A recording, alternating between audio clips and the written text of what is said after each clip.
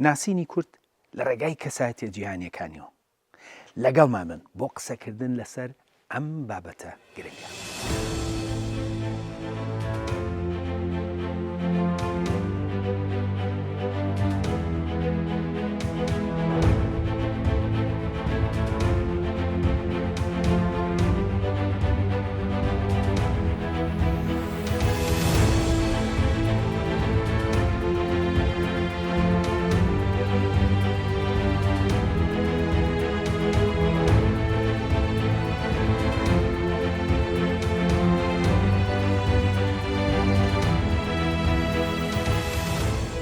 نەتەوەی کورد لە سەرچاوە مێژوویەکاندا ڕوخسارێکی وای بۆ دروستکراوە کاتێک کە ئاور لە ڕابردوو دەدەینەوە شتێکی ئەو تۆ نەبینی کە شایانی باسکردن بێ. ئێمە کراوین بە خەڵکی ڕەوەند و بێنیشتیمان و ئەوەشمان وەکو ڕاستی پێفرۆشراوەتەوە. بەڵام کاتێ لە ڕێگای سەرچاوە مێژوویەکانەوە ئاشنای کەسایەتیە مێژوویەکانمان دەبین، ئەوە بە تەواوی شتێکی تر دەبینین. ئێمە لەم بەرنامەیەدا هەوڵ دەدەین چەند کەسایەتێکی جیهانی کورد بناسین، خەڵکانێک کە جێگە پەنجەیان لە ئاستی جیهاندا دیارە. ئەوەش بە ئامانجیەوەی کە ژیانی ئەو کەسانە ببنە پەنجەرێک لەسەر ڕابردوو پێمان بڵێن کە باو باپیرانمان چیان کردووە و چۆن ژیاون. یەکێک لەو کەسایەتیە جیهانیانە کە من خۆم زۆر پێی سەرسامم ئەبوو فیدای ئەیوبیە.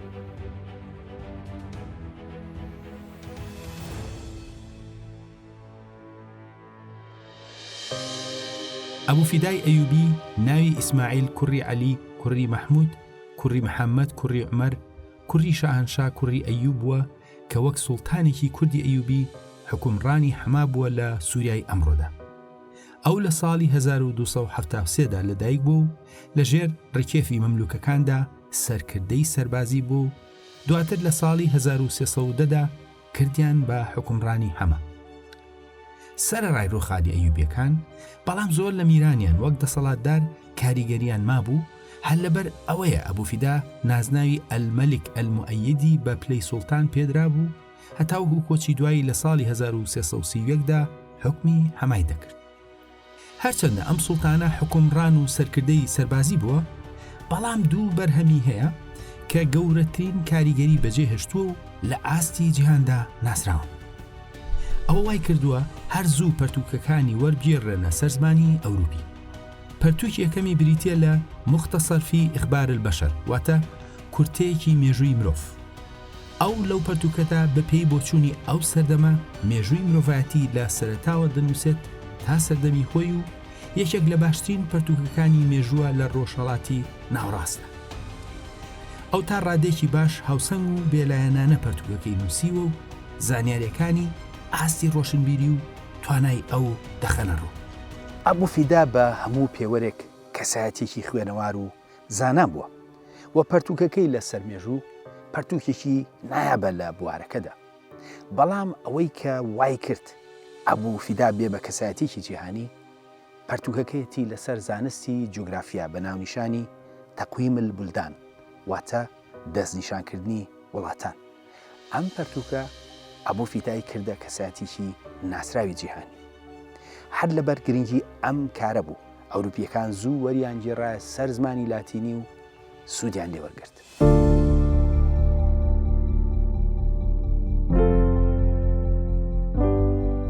پەرتووکەکەی لەسەر جوگرافیا بە ناونیشانی تەقویم البلدان، واتە دەستنیشانکردنی وڵاتان، کارێکی جوگرافی جیهانی بووە لە سەردەمی خۆیدا. ئەوروپیەکان لە سەدەی 16ەوە کۆپیان هێناوەتە ئەوروپا و چەندین جوگرافیناز لە کارە زانستیە جوگرافیەکاندا سوودیان لەو کارە بینیوە.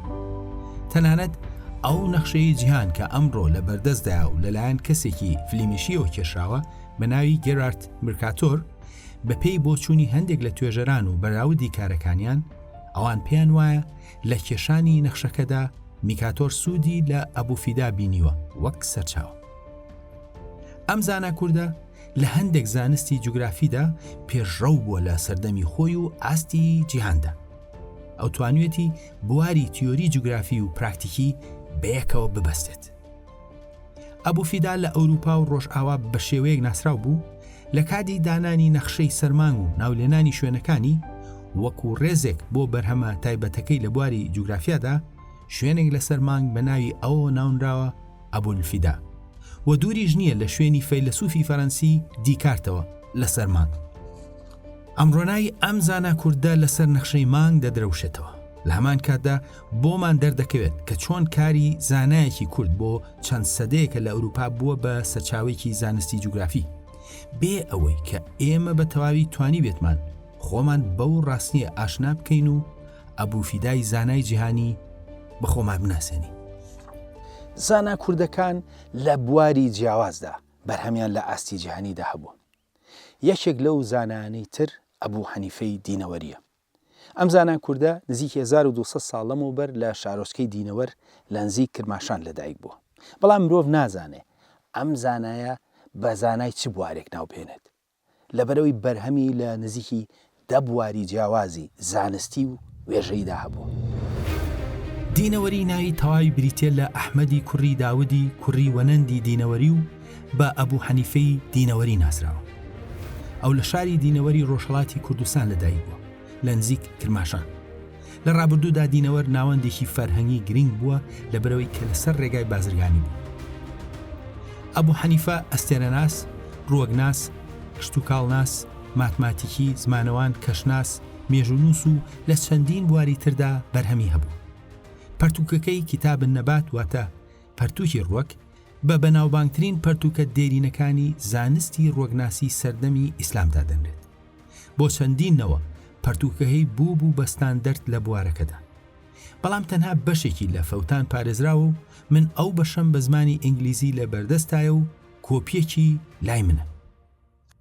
پەرتووکەکەی لەسەر مێژوو ئیخبارت تەواڵ دەنگ و باسە درێژەکە تەنها کارەتی کە بە تەواوی ماوە لەگەڵ بەشێکی کارە ڕووەگناسیەکەی کە پێشتر ئاماژەی پێکرا.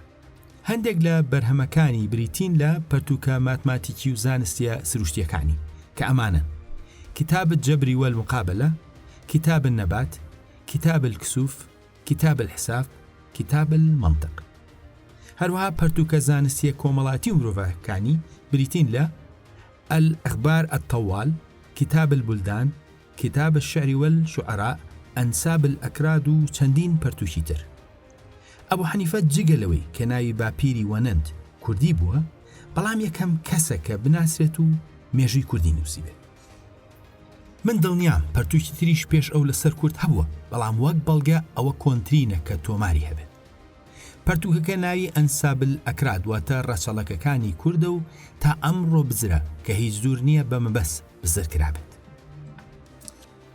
دوای نزیکی 50 ساڵ لە کۆچی دوایی دینەوەری، ئەستێرەناس ئەو ڕەحمان سۆفی شیرازی فارس دەڵێت دەستگا ئەستێرەناسیەکانی ئەبوو حەنیفەی دینەوەری بینیوە و هێشتا لە سەردەمی ئەودا بەکاردەهات.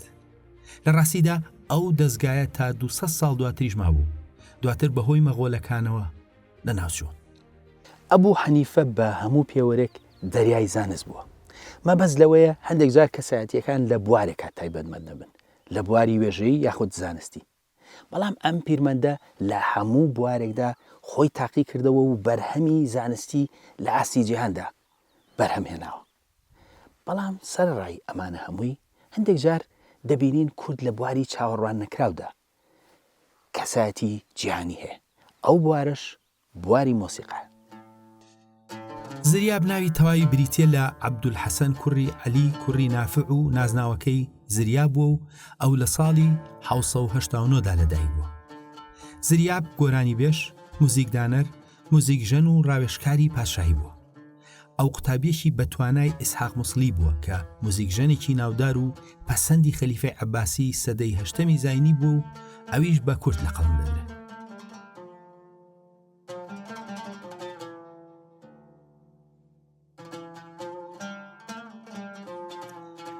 چیرۆکی زریاب و مامۆستاکەی سەرچاوەکان ئاماژەی پێدەکەن. خەلیفەی عەباسی داوا لە ئیسحاقی موسڵی دەکات کە زریابی قوتابی بهێنێت بۆ کۆڕی خەلیفە. زریاب لەوێ بە شێوەیەک گۆرانی بەعودەوە لێ دەدا کە خەلیفە عاشقی دەنگی دەبێت. ئەمە ئیسحاقی مامۆستایی دەخاتە حاڵەتی ئێرەییەوە و دواتر داوا لە زریاب دەکات کە ئەبێت بەغدا بەجێ بێڵێت. زریاب لە ساڵی 1922دا بەغدا بەجێ دەهێڵێت و ڕوو دەکاتە ئەندەلوس لە ئیسپانیا. لەوێ لەلایەن عەبدوڕەحمانی دووەمەوە پێشوازێکی تایبەت دەکرێت. زریاب شوێنی خۆی لە ئەندەلوس دەکاتەوە و ناوبانگ دەردەکات. ئەو بوو بە سەرکردەی موزیک ژەنانی دیوەخانی پاشایی و موچەیەکی ماگانەی تایبەتی وەردەگرت لەگەڵ بەخشینی تردا. ئەو لەوێ داهێنانێکی گەورەی لە بواری موزیکدا کرد و وەکو لێکۆڵەرێ ئەندەلوسی ئاشنا کرد بە هەندێک لایەنی فەلسەفە، ئەستێرەناسی و زانستی پزیشکی. زریاب جگەلەوەی کە شاعیر بوو، ئەو ناسراو بوو بە زانیاریەکانی لەسەر جوگرافیا. تەنانەت ڕاوێژکاری پێکرا بوو بۆ پێشنیازکردنی گۆڕانکاری بناغەیی لە ناو کاژێڕی حکومڕانیدا و کاریگەری داهێنانەکانی لە ڕۆژئاوای ئەوروپادا بڵاوبوو بۆ. وەک پێزانینێک بە کاریگەری ئەو لەسەر موزیکی ئیسپانی، گیتارژەنی مەزنی ئیسپانی کۆچکرد و پاکۆ دیلۆسیە یەکێک لە ئەلبومەکانی لە ساڵی 1990دا بە ناوی ئەوە ناوناوە زریاب. من خۆم لە ساڵی 90دەکاندا فلامینکۆ لێدەری ئیسپانی پاکۆپێنەرم لە شاری لەندەن لە شوێنێک بینی و قسەمان کرد. کاتێک کە پرسیاری لێکردم خەڵکی کوێی، گوتم کوردم. یەکسەر کەوتە سەر باسی زریاب. من ئەو کات ئاگاداری زریاب بووم بە گشتی، بەڵام دەرکم بە ئاسی کاریگەری ئەو لەسەر مۆسیقای ئیسپانی نەکردبوو کە چۆن لە ناوچینی مۆسیقاژەنانی ئیسپانی ئەمڕۆدا بەو شێوەیە ناوبانگیە بوو. وەک دەبینرێت کورد لە بواری جیاوازدا کەسایەتی جیهانی هەیە، بەڵام ئێمە کێشەیەکمانێ، کێشەی خاوەنددارێتی. فارسەکان بەپێی سەرچاوە مێژوویەکان لەسەر کەنداو ژیاون، کەچی بێ هیچ سڵکردنەوەیەک خەڵکانی بێژووی سەرخاکەکەی ئێمە بە فارزە قەڵەم دەدەن و عەرەبیش لەوەدا هەمان شتی کردووە. بەداخەوە ئێمە هەتاوەکو ئەمڕۆ بەڕوونی ناتوانین خاوەنددارەتی لەو کەسایەتیە مێژوویانەمان.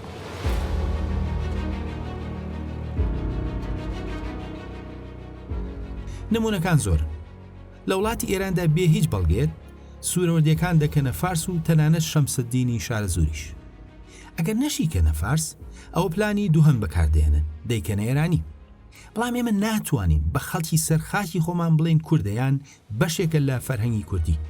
لە ڕاستیدا هەر کەسێک لە ڕابردوودا لەسەر خاکی کوردستان لەدایک بێت و بەرهەمی نووسی بێت، ئەوە کارەکەی دەبێتە بەشێک لە فەرهەنگی کوردی.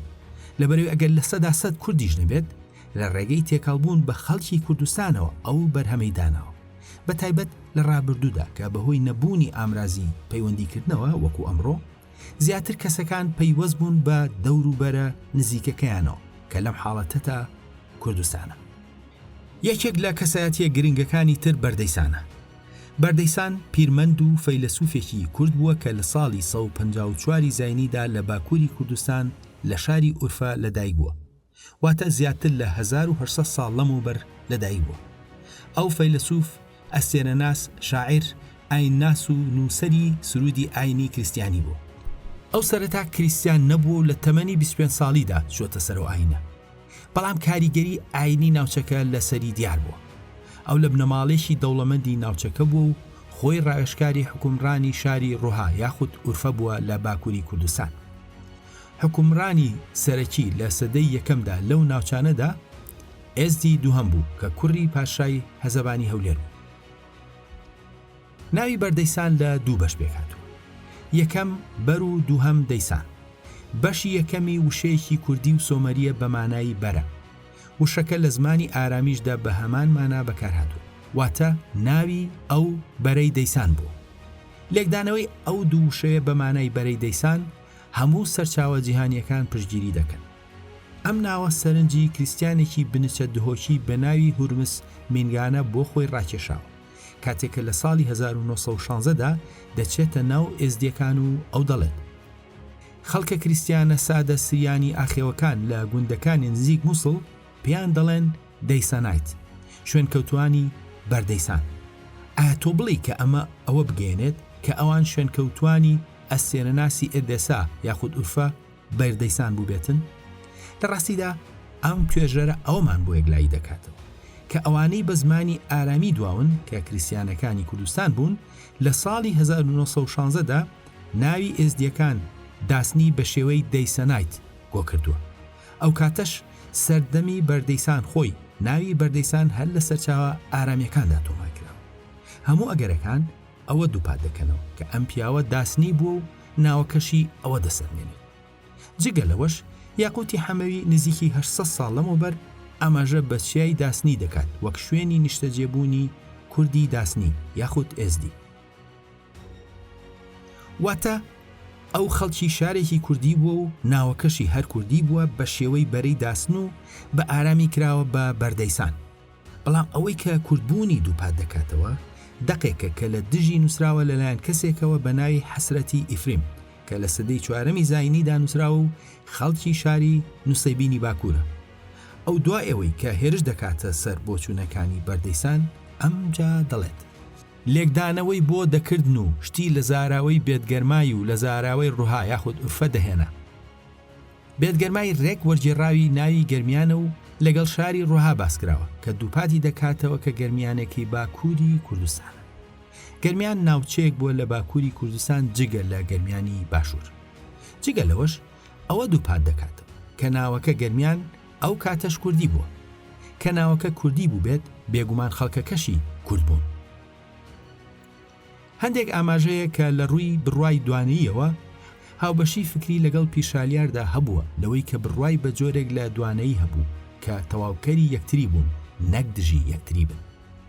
بەردەیسان دژی فەیلسوفە یۆنانیەکان بووە لە دوای ئەرستۆ کە پێیان وا بوو هەموو شتێک پێشتر لە چارە نووسرا و بۆچوونەکانی تێکەڵ بە ئاینی کریستیان و تێگەیشتنە عیرفانیەکان کردبوو کە لە ڕێگای سرودە ئارامیەکانەوە نووسی بوونی و بۆ سرودانش ناوباگی دەرکردم. ئەم کەسایەتیە کووردە شاعیر، زانا، ئەستێرەناس و فەیلسوف و دامەزێنەری قوتابخانەی فکری بەردەیسان بوو.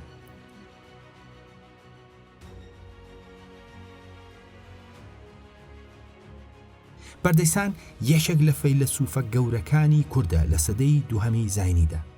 سەرڕایەوە هەتاوەکو ئەمڕۆ بەردەوام پەرتووک لەسەر ئەم فەیلسوفە کووردە بڵاو دەکرێتەوە بێ ئەوەی کە کوردخۆی و جیهانیش ئاشنای ناسنامە کوردیەکەی بن. ناسنامەی نەتەوەی هەندێک لەم کەسایەتیە کوردانە بووە بەمای مشتومڕ لە نێوان نەتەوەی تردا. هەریەک لەم نەتەوانە دەیانەوێت ناسنامەیەکی درۆینەی بۆی هەڵبەسن و بەڵام ئەو کورد بوو و خۆشی کوردبوونی دووپات کردوتەوە. ئەو شاعیرە جیهانیە نیزامی گەنجەییە.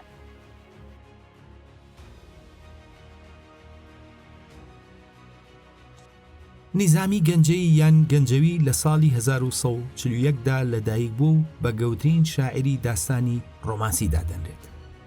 ئەو لە شاری گەنجە لە ئازربایجان لەدایک بووە کە شارێکی زۆری نەکورد بوو هەتاوەکو سەدەی 11 لەلایەن دەوڵەتی شەدادی کوردیەوە حکوم دەکرا. ئێمە ناوە کوردیەکەی بەکاردێنین گەنجەی لەبەرەوەی کەسایەتی یارسانی کورد هەیە هەر بە ناوی گەنجەیەوە. گەنجەی بە گەورەترین شاعیر و پیرمەت دادەنرێت و کارەکانی ئاستی کارامەیی ئەو لە بواری فەلسەفە، شعر، ئەندازە، ئەستێرەناسی، جوگرافیا، موزیک، تەلارسازی، یاساناسی و منطق دەخەنە ڕوو. ئەو نووسەرێکی جیهانی بووە و خاوەنی چەند بەرهەمێکە کە بە فارسی نووسراون. بەداخەوە هیچ بەرهەمێکی کوردی پێ نازانێت کە زۆر ئەگەر هەیە هەی بوو بێت بە حکمی ئەوەی کە ناوچەی گەنجە ناوچەیەکی فەرهەنگی کوردی بووە. ئەو 5 بەرهەمی داستانی شعری هەیە کە بریتین لە لەیلا و مەجنون، خسرە و شیرین، حەفت پەیکار، شەرەفنامە و مەخزەن الئەسرار. ئەم بەرهەمانە هەمویان لە ئاستێکی ئەدەبی فکری زۆر بەرزدا. نیزامی کەسێکی سۆفی و خاوەن بیر و بڕوایەکی پتەی فکری بووە. زۆربەی کارەکانی ئاماژە بە دادوەری و بەها بەرزەکان دەکەن. نیزامی جگەلەوەی بە یەکێک لە کارامەترین کەسایەتی سەردەمی خۆی دادەنرێت لە بوارەکەدا، بەڵام ئەوەی کە ئەم زانا کووردە لەوانی تر جودا دەکاتەوە ئەوەیە کە خاوەن بیر و بڕوایەکی تایبەت بوو و نەیویستووە کە ببێت بە شاعیری دیوەخان و حەزی نەکردووە لە خزمەتی حکومڕاناندا بێت. دەبێت ئەوەمان بیر نەچێت کە گەنجە شارێکی کوردی بوو و لەژێر دەسەڵاتی کووردا بوو. سەردەمی ئەو تورکەکان هاتوونەتە ناوچەکە. ئایا ئەو هەڵسو کەوتەی پەیوەندی بەوە هەبووە کە نەیویست بێتە شاعری حکومڕانە تورکەکان یان نا ئەوە نازانێت. بەڵام زۆربەی سەرچاوەکان ئاماژە بەو هەڵسو کەوتە تایبەتەی نیزامی دەکەن کە دەگمەن بووە لە سەردەمی خۆیدا. بەهۆی بەناوبانگیەوە ڕەگەزی ئەم شاعیرە مشتومڕی زۆری دروست کردووە. تورکەکان کە لە سەدەی 11 زاینیدا هاتوونەتە ئازەربایجان دەڵێن تورکە بێبوونی یەک بەڵگە، لە کاتێکدا کە فارسەکان دەڵێن ئێرانیە لەبەرەوەی کە ناتوانن بیسەلمێنن کە فارسە. ڕێگەزی ئەم شاعیرە بە سیاسی کراوە و چەند لێکۆڵینەوە و تەنانەت پەرتووکیش لەسەر ئەم مشتومڕە نووسراوە. نیزامی بەڕوونی لە شعرێکیدا دەڵێت دایکی کورد بوو ئەو دەڵێت گەرمادەرە من ڕئیسە کورد مادەر سیفەتانە پێشمەن مرد کە بە کوردیەکەی دەبێت بە کە دایکم ڕئیسەی کورد بوو دایکانە پێش من مرد و هەندێک بەوە لێکی دەدەنەوە کە دەڵێن دایکی لە خانەدانی کورد بوون، بەڵام ئەوەی کە هەمووی کۆکن لەسەری ئەوەیە کە دایکی کورد بووە. ئەو باسی باوکی نەکردووە لەبەرەوەی کە ئەو منداڵ بووە کە باوکی مردووە، بەڵام بێ هیچ گومانێک ئەو پەروەردەیەکی کوردی هەبوو لەبەرەوەی کە لەلایەن خاڵا عومەرە کوردەکەیەوە پەروەردەکراوە، جگەلەوەی کە پەیڕەوی مەسەبی شافعی کردووە کە کوردی موسڵمان پابەندی بوون لە کاتێکدا کە تورکەکان لەسەر مەسەبی حەنەفی بوون. جگەلەوەی کە ئەو دایکی کورد بووە و لای خاڵا کوردەکەی گەورە کراوە، بەڵام ئەوەی کە کوردبوونی دووپات دەکاتەوە ئەوەیە کە ئەو شاری لە دایکبوونی گەنجە ناوێکی کوردی مادیە و ماناکەی دەبێتە زێر و زیو. شارەکە پایتەختی دەوڵەتی شەدادی بووە کە لە سەدەکانی ناوەڕاستدا لەگەڵ ڕەوەندیەکاندا حکمی ئازەربایجانیان کردووە.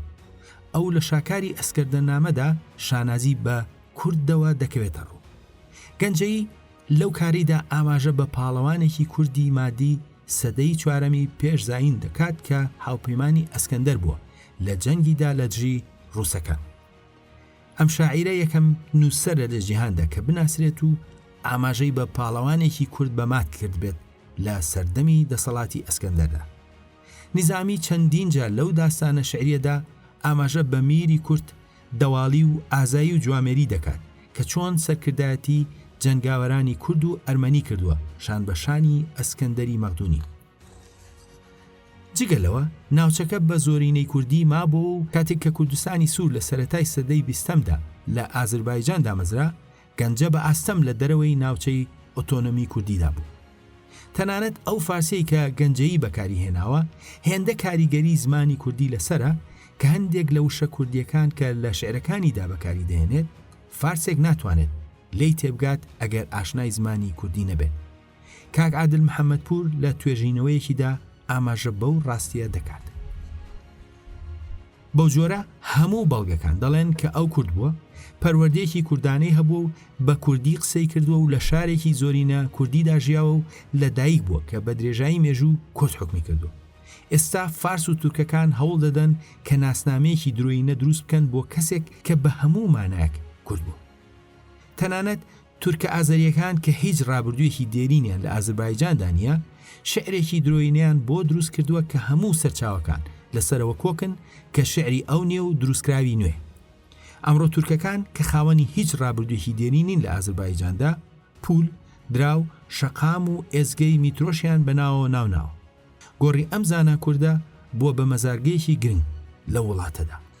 بەداخەوە ئێمەی کورد نەک ئاشنای تەواوی ئەو شاعیرەنین، بەڵکو هەوڵێکی جدیش نەدراوە کە ئاشنای پاڵەوانە کوردەکەی ناو داستانەکەی دەواڵی بین. سەرڕایەوە ئەم زانە کوردە جیهانیە سەرچاوەکان پیان وایە کە کاریگەری لەسەر شاعیرانی عوسمانی وەک فزولی و ناوەیی و هەروەها جامی و کرمانی و دەهلەوی و تەنانەت ئاماژە بە کاریگەری لەسەر مەولانای ڕۆمی و حافزی شیراسیش دەکرێت. بەو جۆرە کەسایەتیە کوردە جیهانیەکان کە لە ئاستی جیهانیدا ناسراون و کاریگەریان هەیە، ناسنامەی نەتەوەیان بووە بە کێشە لە نێوان فارس و تورکدا کە ئەوان بە هیچ شێوەیەک خاوەنینی. ئێمەی کورد بەداخەوە بێئاگا بەو یاریەی کە بە فەرهەنگ و مێژومان دەکرێت هیچ هەوڵێکی جددیمان نەناوە بە ئامانجی خاوەندارێتیکردن لەم کەسایەتیە و ناسانی بە خۆمان. ئێمە کەسایەتێکی تری جیهانیمان هەیە کە لە شاری هەولێر لەدایک بووە.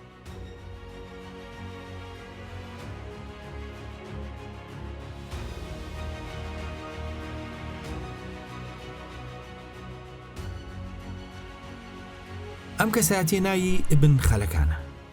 یەکەم جار لە ژیانمدا کە کتێبی ئیبن خەلەکانم بەرچاو کەوت بە زمانی ئینگلیزی بوو.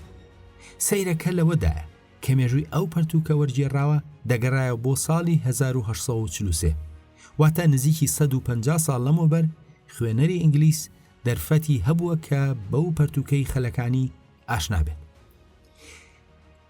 ئیبن خەلەکان لە ساڵی 1211دا لەدایک بوو و هەرچەندە نازناوی شەمسەدینی پێدراوە، بەڵام ئەو خۆی دەڵێت کە ناوی تەواوی بریتیە لە ئەحمەد کوڕی محەممەد کوڕی ئیبراهیمی کوڕی خەلەکان کوڕی باوەک کوڕی شاکەڵ کوڕی حسەین کوڕی مالک کوڕی جعفەر کوڕی یەحیا کوڕی خالدی بەرمەکی بووە.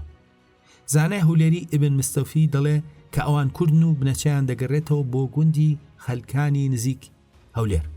ئەم ڕۆژە گوندە لە نزیک جوندیانەوە.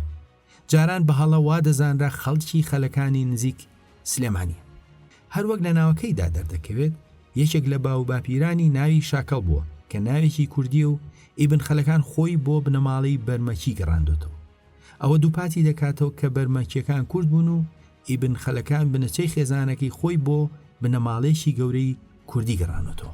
سەرچاوەکان دەڵێن کە پێشمردنی باوکی لە تەمەنی 2 بۆ 3 ساڵیەوە باوکی خۆی هەوڵی فێرکردنی دا و دوایی لای خاتوونێک بە ناوی زەینەب کە دیارە کوردێکی ناوچەکە بووە خوێندوێتی.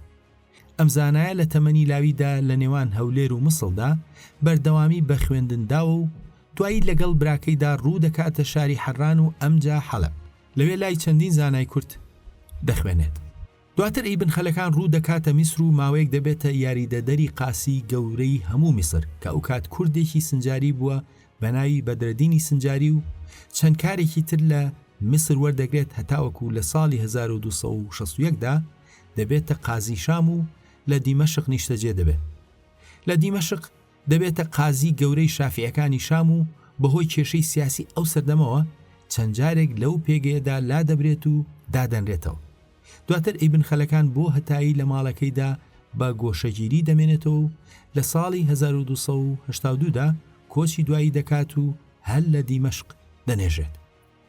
سەرچاوەکان بە زانایەکی بواری یاساناسی و شارەزا لە زمان و ئەدەبدا باسی دەکەن. پەرتوکە بە نرخەکەی وەفیات العیان یەکێک لە باشترین سەرچاوەیە بۆ ناسینی کەسایەتی هەمەجۆرەکانی ڕۆژهەڵاتی ناوەڕاست.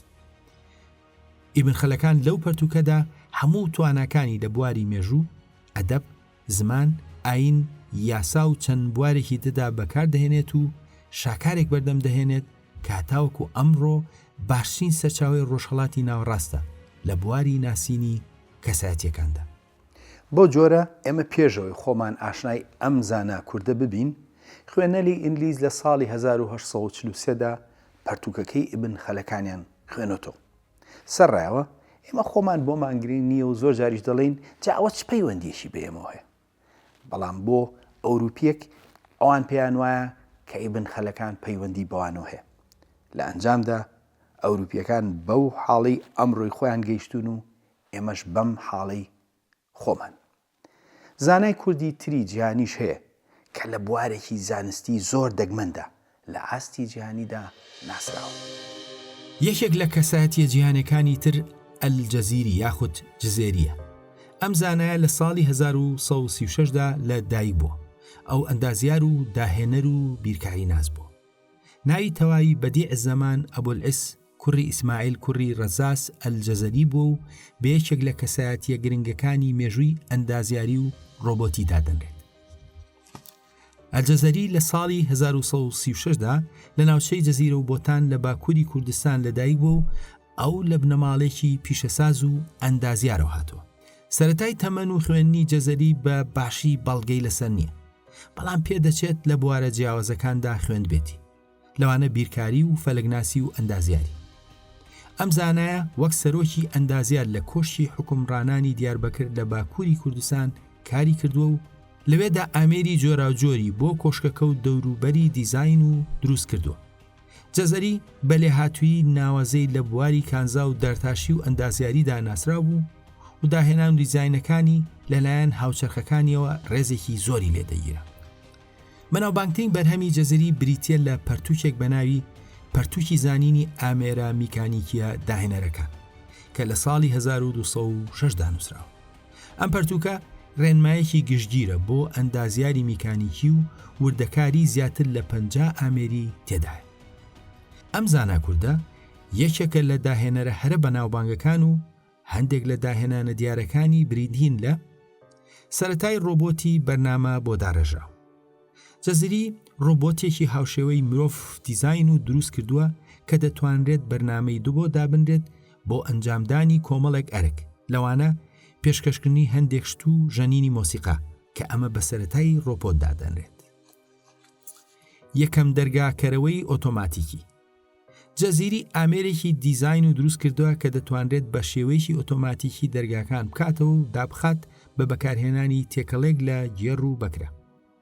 کاژمێری ئاو جەزەری چەندین کاژمێری ئاوی دیزاین و دروست کردووە لە نێویانەدا کاژمێرێکی بەناوبانگ کە ڕۆبۆتێکی مرۆڤ و زەنگۆڵەیەک لێدەدا بۆ ئەوەی کاتەکە ڕابگەێنێت.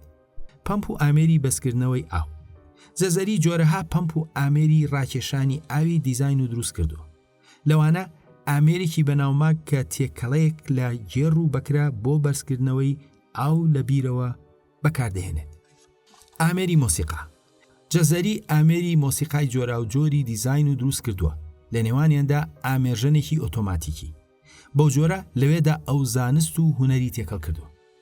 کارەکانی جەزەری کاریگەریەکی بەرچاوی لەسەر پەرەپێدانی ئەندازیاری و ڕۆبۆت هەبووە و پەرتوکەی بە شێوەیەکی بەرفراوان لێکۆڵینەوەی لەسەر کرا و کاریگەری لەسەر جیهانی ئیسلامی و دەرەوەی ئەو جیهانەدا هەبوو.